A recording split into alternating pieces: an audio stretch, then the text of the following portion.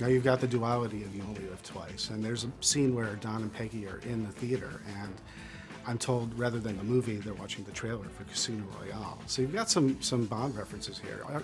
Is Don Draper Matthew Weiner's James Bond? No, I guess in the short answer, I don't think so. I think James Bond is an action hero, and I think Don is, if anything, an inaction hero or anti-hero. They have similar hairstyles and similar clothing, but that's about the end of it. As far as I know, Don is not armed either, or dangerous.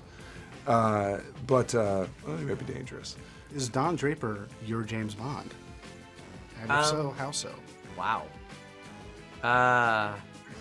Is he my James Bond the way Ian Fleming had James Bond? Maybe. I don't know. James Bond is... The great thing about James Bond is that he hit right at that moment. And there is a big difference between the literary James Bond and the film James Bond. But the film James Bond, which is what I grew up on, I didn't really read the books, is this sort of...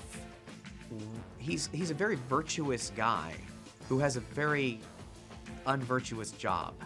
And there's a glamour to him, and there's always a distinguishing point for me when I look at Don Draper and I imagine the people in his world are thinking of James Bond sometimes when they meet him. What I like about it is that you get this great juxtaposition between the outside of a person and inside of a person. So I'll take that as a huge compliment, because James Bond is like Sherlock Holmes at this point. It's a very, very rudimentary, culturally significant character. James Bond was a thing, that was a big thing, and it just started at the time. It dovetails very nicely with our era.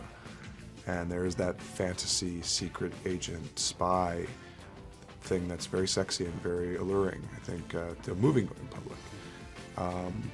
But Don Draper is not James Bond.